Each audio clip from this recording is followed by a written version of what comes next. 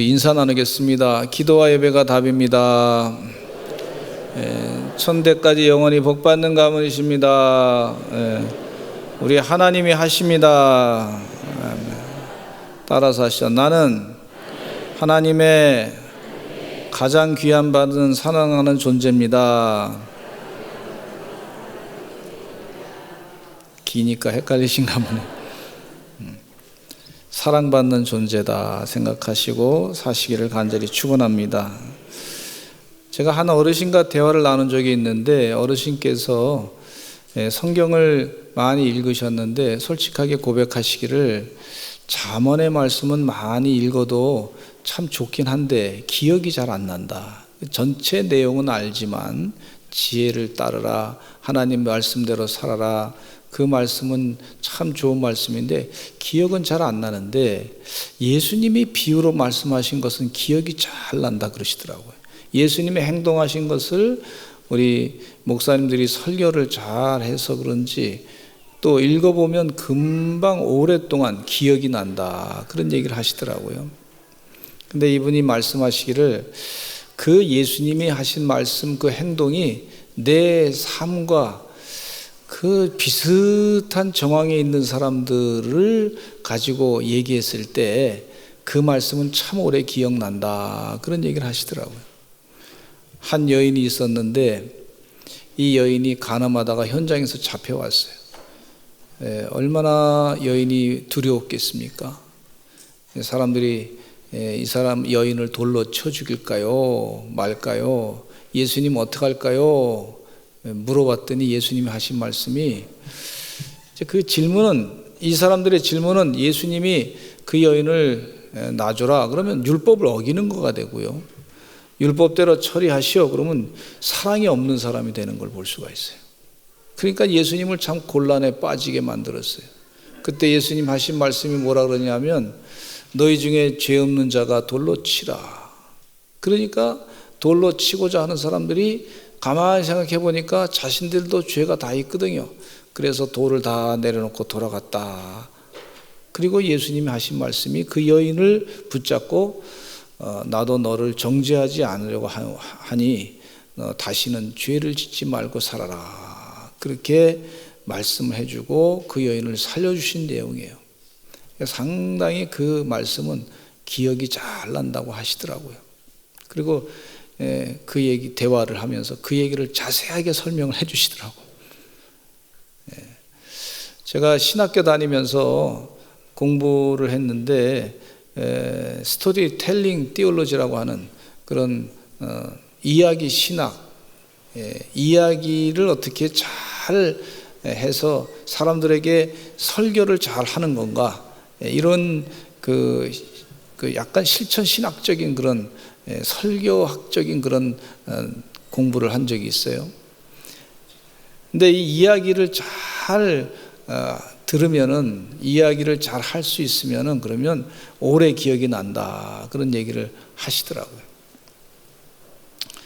그래서 아마 공부 잘하는 학생들, 뭐 좋은 대학교 다니는 학생들한테 어떻게 공부 잘했냐 그러니까 그 어려운 수학 문제도, 어려운 영어 문제도 이야기로 좀 풀어가지고 잘하면은 그러면 외우기가 쉽다고 그렇게 얘기를 했어요. 오늘은 이야기를 좀 많이 하고자 합니다.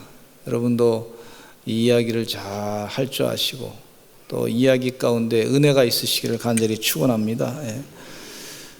늙은 마녀가 있었는데 곱고 아름다운 공주를 잡아다가 탑 속에 가둬두고서 거짓말로 공주를 괴롭혔어요.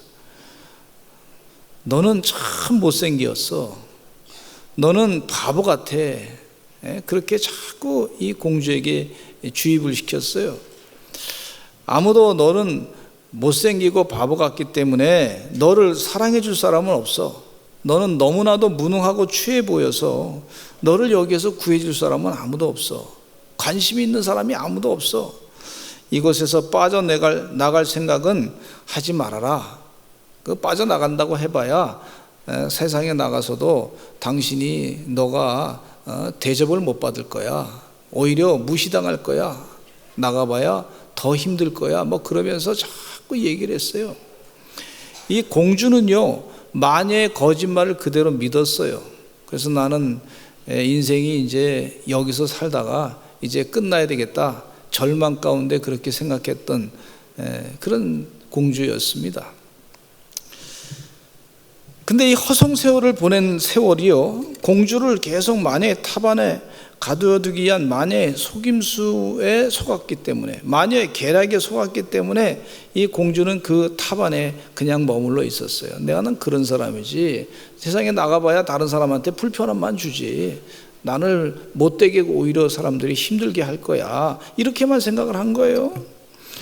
근데 어느 날 창문을 내려다보고 공주가 이 세상을 보니까 지나가던 왕자가 그 공주를 보면서 참 아름답다고 하는 그런 생각을 갖게 됐어요. 그 얘기를 듣다 보니까 마녀가 공주를 꼬여가지고 공주가 못생겼다, 추하게 생겼다, 뭐 그렇게 얘기해서 공주가 그런 생각을 가지고 거기에 사로잡혀 있어서 그 성 밖으로 못 나온다, 그런 얘기를 들었어요. 그래서 이 왕자가 목숨을 걸고 이 성을 타고 올라가서, 탑을 타고 올라가서 그 공주를 구출해냈어요. 그러면서 왕자가 하는 말이, 당신은 참 아름답습니다. 당신은 존귀함 받을 만한 자격이 있습니다. 당신은 사랑받을 만한 자격이 있는 아름다움을 갖고 있습니다, 이랬단 말이에요. 그랬더니 공주가 그런가 하면서 거울을 보니까 말이죠, 자기 얼굴을 보는 순간에 자기 자신이 그동안 몰랐던 아름다움이 자기 스스로 깨닫게 됐어요. 야, 내가 이렇게 아름다운 사람이었구나. 그러니까 이 공주가 깨달은 게 뭐냐면, 마녀가 자기 보고 한 얘기, 당신은 못생겼습니다, 당신은 추한 사람입니다, 당신은 정말 존경을 받을 만한 그런 건덕지가 아무것도 없는 사람입니다, 당신의 삶은 자포자기요 멸망길로 갈 수밖에 없는 그런 존재입니다, 그렇게 쭉 얘기했던 그 거짓말에 속아 넘어간 것이 너무 화가 났어요. 그리고 그 거짓말을 믿지 않기로 작정을 했습니다. 나는 왕자의 말을 들어야 되겠다. 왕자는 나를 아름답다고 했어. 왕자의 말이 맞아. 왕자의 말을 믿어야 되겠다. 그러면서 이 공주는 열등한 존재라고 하는 것을 밀어내고, 형편없는 존재라고 하는 것을 마음 가운데서부터 벗어내버리고, 그 감옥에서 마녀가 말한 감옥에서 탈출하게 됐어요. 왕자가 말한 사랑하고 사랑받을 만한 사람이고 아름답다고 하는 사실을 마음 가운데 믿음으로 말미암아 이 공주는요, 그 마녀가 얘기한 그 감옥, 나는 못생겼어, 나는 형편없어, 나는 존경을 받지 못하는 존재야, 이런 감옥에서부터 탈출하게 됐던 걸 볼 수가 있습니다. 혹시 우리들도 마녀의 거짓말에 속아서 오랜 시간을 마녀의 탑 속에 갇혀 살았던 공주와 같이, 우리들도 잘못된 생각과 부정적인 생각, 편견, 왜곡된 가치에 사로잡혀 있지는 않는지 우리를 잘 돌아봐야 될 줄로 믿습니다. 마귀는요, 늘 우리들을 하나님의 거룩한 형상으로 보는 것을 방해하고 있어요. 우리들은 하나님의 형상을 닮은 존재로 하나님께서 만드셨어요. 그렇지만 마귀는 뭐 여러 가지 이유를 들어가지고 철학이라고 하는 이름으로, 혹은 과학이라고 하는 이름으로, 혹은 물질이라고 하는 이름으로, 그러면서 사회 무슨 과학적인 이름으로 마귀는 늘 하나님의 형상을 닮은 존재라고 하는 것을 부정하게 만드는 걸 볼 수가 있고, 우리가 마치 세상의 동물과 짐승과 똑같은 존재로 그렇게 만들고 있는 것을 볼 수가 있어요. 우리가 이 마귀의 프레임에 빠져들어가지 말아야 될 줄로 믿습니다. 하나님은 창세기부터 말씀하시기를, 나는 너희를 사랑한다, 당신은 사랑받는 존재다, 이렇게 딱 말씀하시는데, 그 마귀에 속아가지고 마귀의 감옥 안에, 생각의 감옥 안에 잡혀가지고 나는 못난 존재다, 나는 추한 존재다, 나는 존경받지 못하는 존재다, 나는 버림받은 존재다, 이런 식으로만 생각하는 그런 감옥에서부터 나는 하나님의 사랑받는 존재다. 그런 마음으로, 사랑으로, 하나님의 사랑으로 이 감옥에서부터 탈출해야 될 줄로 믿습니다. 하나님께서 그러기 위해서 이 성경 말씀을 주신 줄로 믿습니다. 창세기 1장 27절에 같이 한번 읽어보겠습니다. 시작. 하나님이 자기 형상, 그 하나님의 형상대로 사람을 창조하시되 남자와 여자를 창조하시고.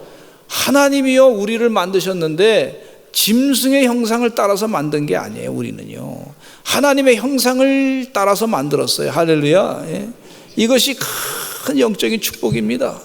진화론은요 사람이 짐승의 형상을 따라 만들어졌다 이렇게 자꾸 주장하고 있는데, 여러분 우리가 그 생각의 틀에서 나와서 하나님이 창조하시되 우리를 하나님의 형상으로 창조하셨습니다. 우리 하나님께서 이 형상으로 창조하신, 하나님의 형상을 닮은 존재로 창조하신 이 하나님께서 우리를 얼마나 사랑하시는지 몰라요. 창세기 1장 28절에 이런 말씀이 있어요. 시작. 하나님이 그들에게 복을 주시며 하나님이 그들에게 이르시되 생육하고 번성하여 땅에 충만하라. 땅을 정복하라. 바다의 물고기와 하늘의 새와 땅에 움직이는 모든 생물을 다스리라 하시니라 그랬어요. 하나님이 우리를 하나님의 형상으로 만드셨을 뿐만 아니라 하나님께서 복을 주셨어요. 복까지 주셨어요. 이 세상에 있는 모든 것을 다스리라고 하는 그런 다스림의 축복까지 주신 줄로 믿습니다. 얼마나 귀하게 만드셨으면 하나님께서 우리에게 귀한 일까지도 맡기신 줄로 믿습니다. 이 하나님 예수님께서 하시는 말씀 가운데, 우리 예수님이 시험 받으셨을 때요 마귀가 시험할 때 제일 첫 번째 시험 뭐냐면 돌을 떡으로 만들려고 그랬잖아요. 돌을 떡으로 만들려고 하니까 예수님이 하신 말씀이 사람이 떡으로만 사는 것이 아니라 하나님의 입으로 나오는 말씀으로 산다, 그렇게 말씀하고 있어요. 여러분 하나님의 입으로 나오는 말씀 가운데 여러 가지가 있지만 사랑입니다. 사랑. 나는 너희를 사랑한다. 너는 하나님의 형상으로 닮은 존재다. 하나님의 거룩한 존재다. 하나님의 입으로 나온 말씀 가운데 첫 번째 하나님 말씀하시면 얼마나 좋은 말씀하시죠. 내가 너희를 사랑한다. 너는 사랑받는 존재다. 그렇게 말씀하셨으리라 생각합니다. 여러분 우리가 어렸을 때 태어날 때 잘 생각해 보세요. 태어났을 때 누군가의 사랑이 없었으면 우리가 살 수 있었습니까? 어머님이 옷을 갈아준다든지, 또 아버지가 또 이게 기저귀를 갈아준다든지, 목욕을 시켜준다든지, 같이 놀아준다든지, 사랑한다 사랑한다 사랑한다, 그러니까 아이가 자라면서 정서적으로 사랑을 받고 안정감을 갖고 살게 되는 걸 볼 수가 있듯이, 하나님이 우리를 만드셨는데 우리에게 참 필요한 게 뭔가, 그걸 잘 알고 계시는 분이 내가 너희를 사랑한다. 나는 너를 사랑하기 위해서 내 아들 예수님을 이 땅에 보내셔가지고 십자가에 못 박혀 죽기까지 그렇게 사랑한 존재다, 그렇게 말씀하시는 것을 잊지 마시기를 간절히 축원합니다.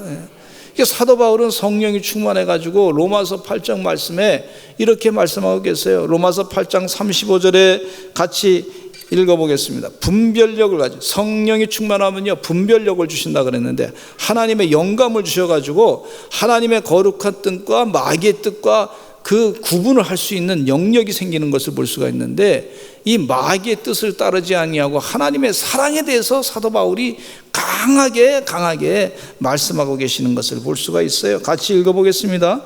로마서 8장 35절 시작. 누가 우리를 그리스도의 사랑에서 끊으리요? 환난이나 공고나 박해나 기근이나 적신이나 위험이나 칼이라. 이 말씀 가운데 적신이 뭔가 그랬더니요, 적신은요 발가 벗기는 것을 얘기하고 있어요. 우리가 세상에서 발가 벗기면 얼마나 부끄럽습니까? 그 부끄러움을 당한다 할지라도 우리가 하나님의 사랑에서 끊을 수 있는 건 아무것도 없다는 거예요. 이 마귀는 우리를 속이기를, 환난을 당해가지고 고통을 당할 때 너는 하나님의 사랑에서 멀어진 거 아니냐, 너 그렇게 생각해야 해야 되는 거 아니냐, 그러면서 우리 마귀가 아니고 마귀가 우리를 시험한단 말이에요. 마귀가 자꾸 공격하고 도전하는 것을 볼 수가 있어요.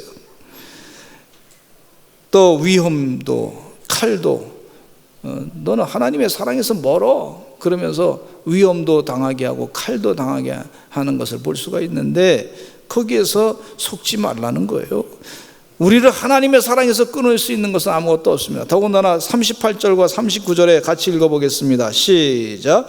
내가 확신하노니 사망이나 생명이나 천사들이나 권세자들이나 현재일이나 장래일이나 능력이나 높음이나 깊음이나 다른 어떤 피조물이라도 우리를 우리 주 그리스도 예수 안에 있는 하나님의 사랑에서 끊을 수 없으리라. 확신하노니 사망도 생명도 이 천사들 권세자들도 모든 것들도 우리를 하나님의 사랑에서 끊을 수 있는 것은 아무것도 없다. 성령이 충만해서 단호하고 담대하게 선포하는 것을 볼 수가 있어요. 근데 마귀는요, 하나님의 사랑에서 우리를 끊으려고 작정을 하고 덤벼드는 걸 볼 수가 있습니다.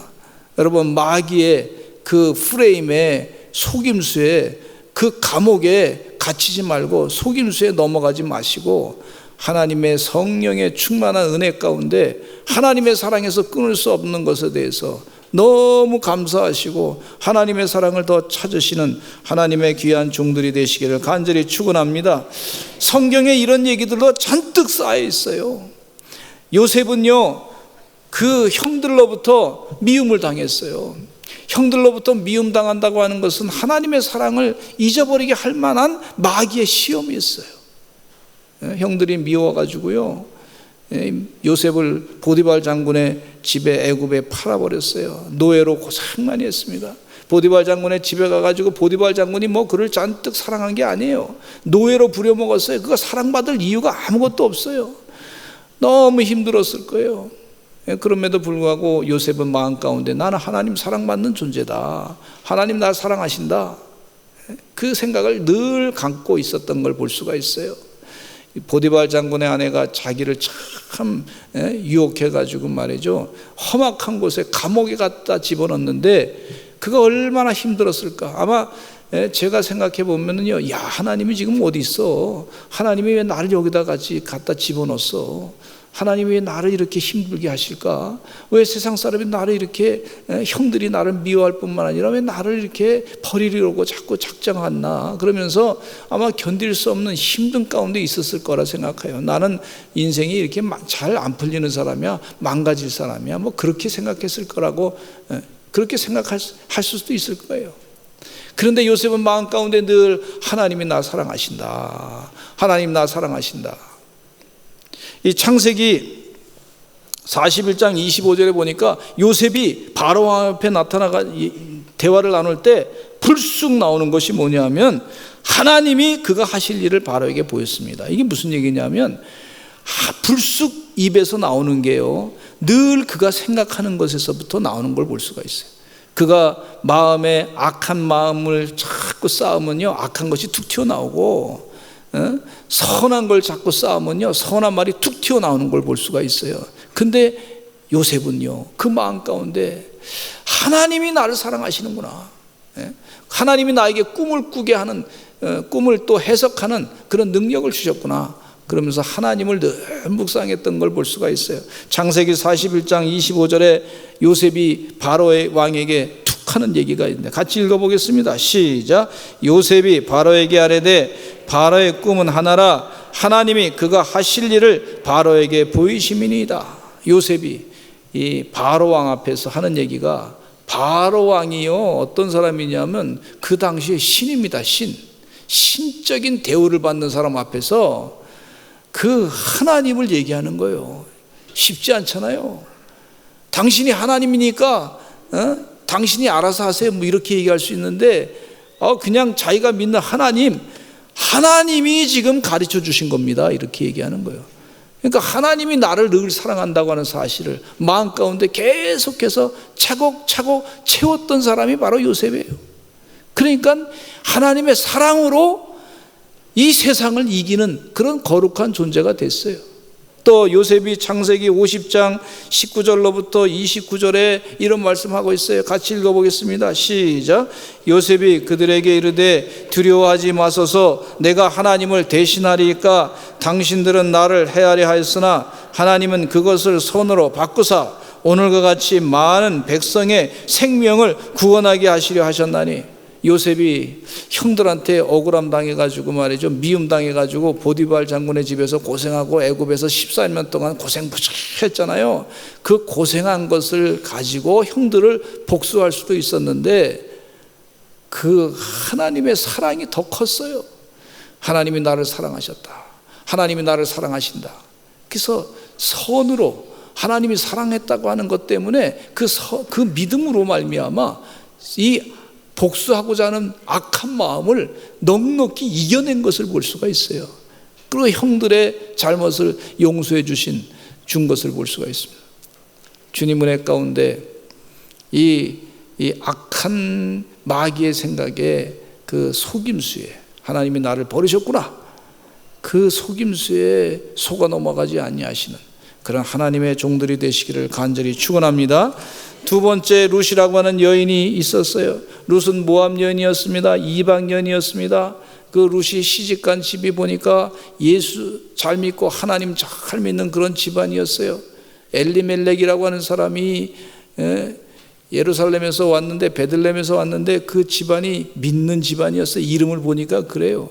그런데 그 믿는 집안에 시집 왔는데 세상에 믿는 집안에 시집한 그 룻이 보니까 아니 시아버지가 또 죽어버리고 또 시아주머니도 죽어버리고 자기의 남편도 죽고 집안에 보니까 세 가부만 남은 거예요. 기가 막힌 일이 벌어졌어요.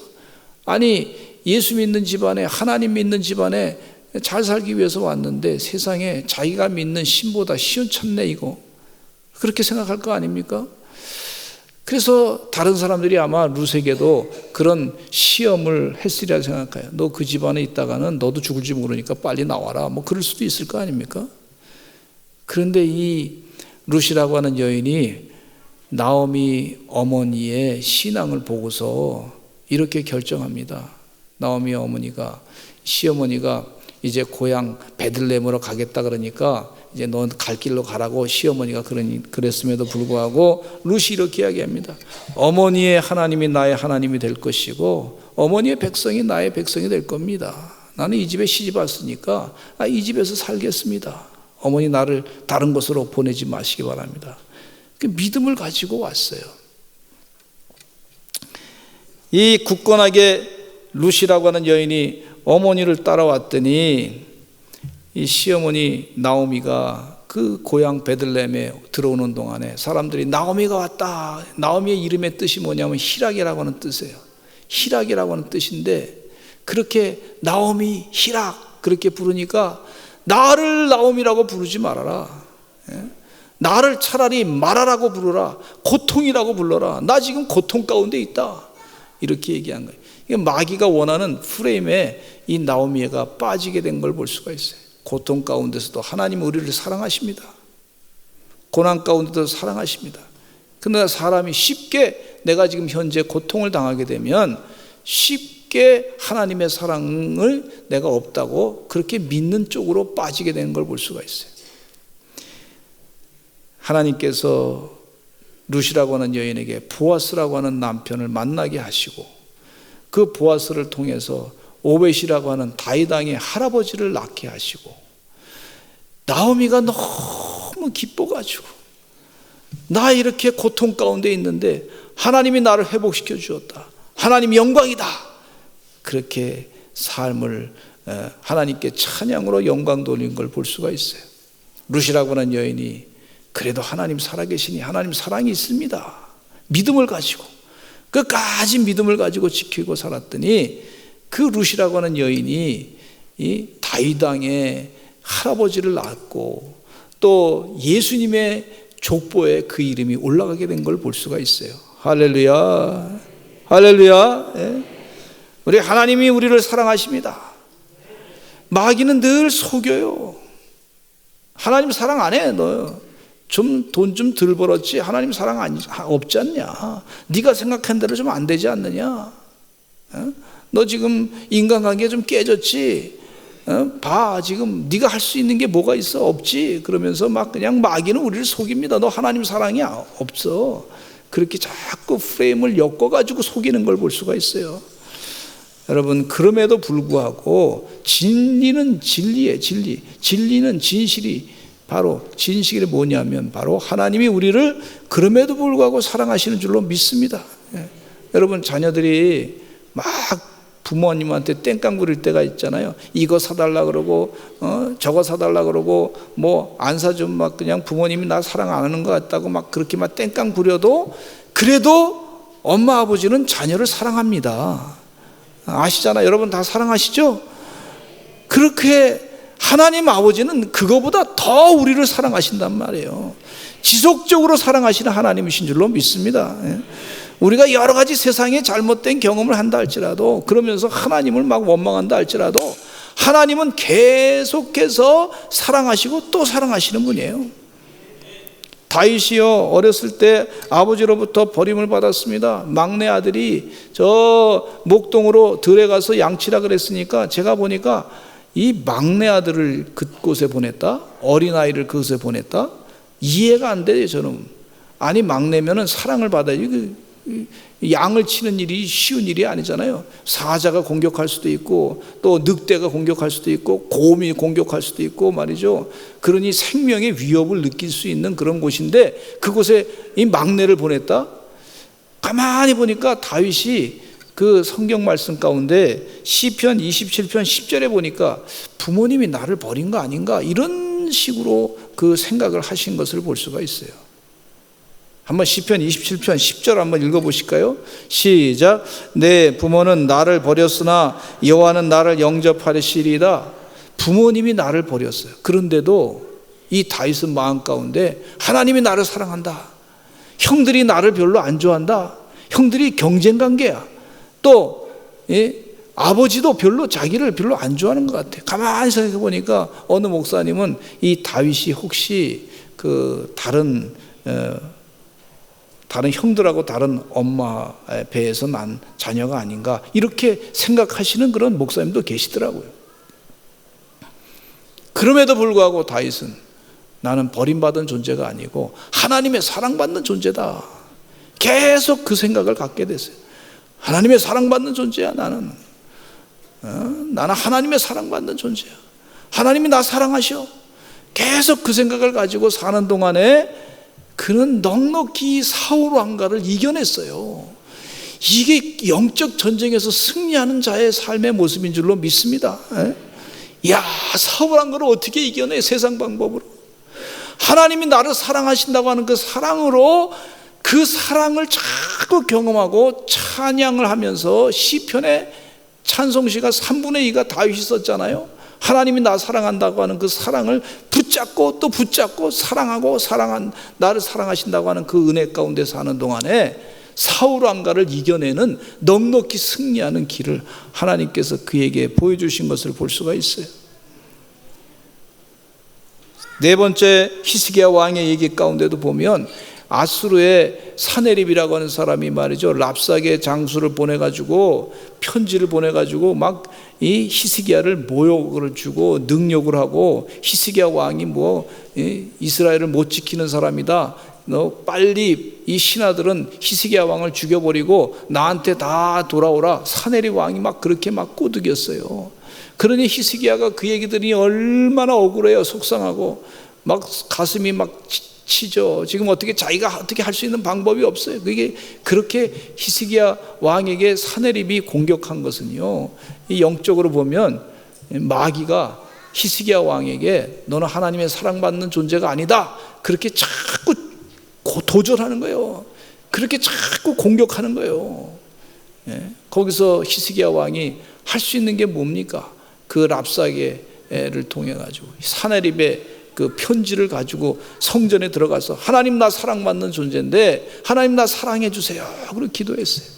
그랬더니 하나님께서 이사야 선지자를 보내가지고 이사야 선지자를 통해서 히스기야를 공격하고 괴롭히는 아수르 왕의 18만 5천 명의 군대를 하루 사이에 다 멸절시켰던 걸 볼 수가 있어요. 사랑으로, 하나님 사랑으로 이겨냈던 것을 볼 수가 있어요. 할렐루야. 여러 가지 이유로 마녀의 말과 같이 사탄은요, 우리에게 이 절망의 감옥에 밀어넣는 걸 볼 수가 있어요. 사탄은 절망의 감옥에, 너 하나님의 사랑 못 받아 지금, 그러면서 절망의 감옥에 갖다가 집어넣는 것이 이 사탄의 공격입니다.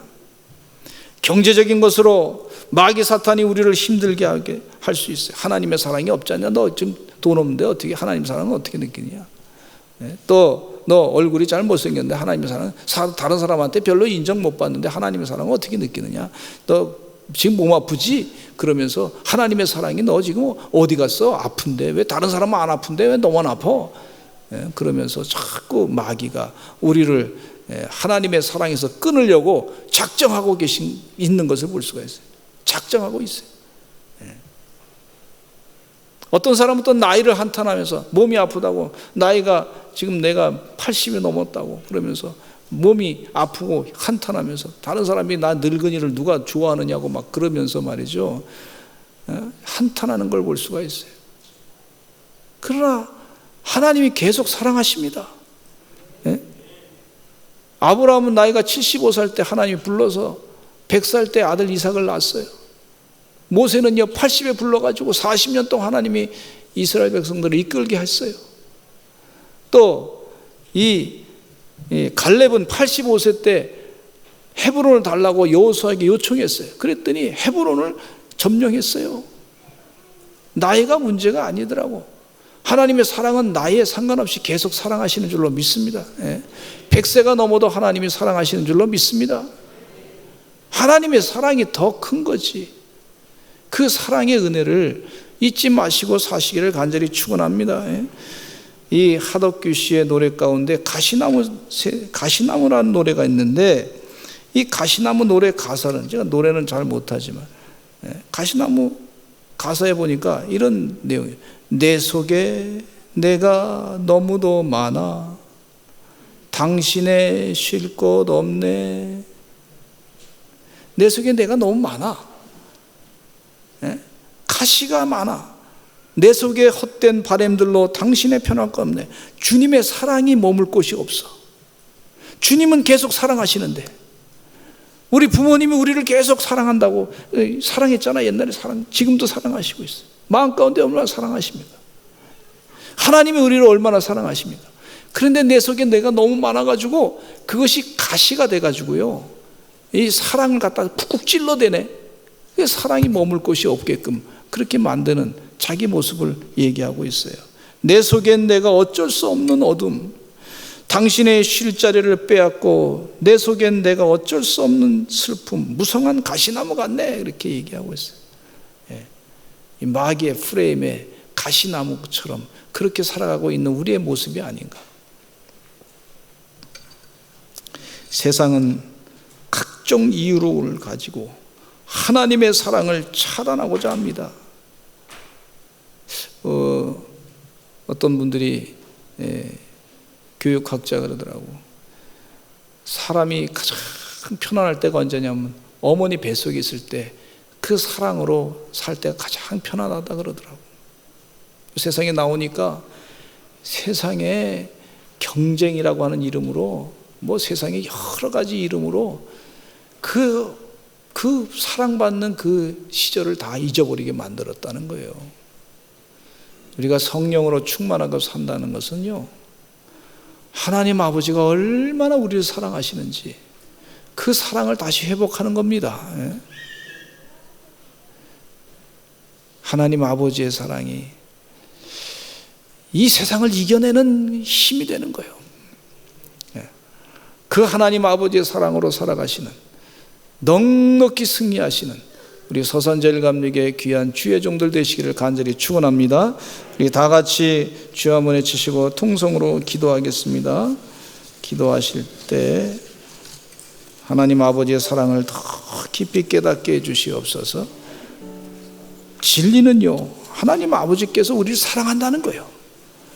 우리 감정으로 감정으로 하나님 아버지, 잠깐의 무슨 생각으로 하나님 아버지 사랑을 자꾸 평가하고 이렇게 폄하하려고 하지 마세요. 그건 마귀의 작전입니다. 속지 마시기 바랍니다. 하나님 아버지의 사랑은 이 절대적인 사랑. 그래서 여러분, 하나님 아버지의 사랑에서 떠나면 안 돼요. 교회를 떠나면 안 됩니다. 조금 내가 교회 다니다가 조금 실망한 일이 있을 수 있어요. 그러나 하나님 아버지의 사랑에서 떠나면 안 됩니다. 신앙생활에서 떠나면 안 됩니다. 이 사랑을 놓치기 때문에 마귀가 그 작전을 지금 계속해서 쓰고 있어요. 그 마귀의 감옥에서 자유하시고 주의 사랑으로 이겨내시는 하나님의 종들이 되시기를 간절히 축원합니다. 우리 주여 한번 외치고 기도하겠습니다. 주여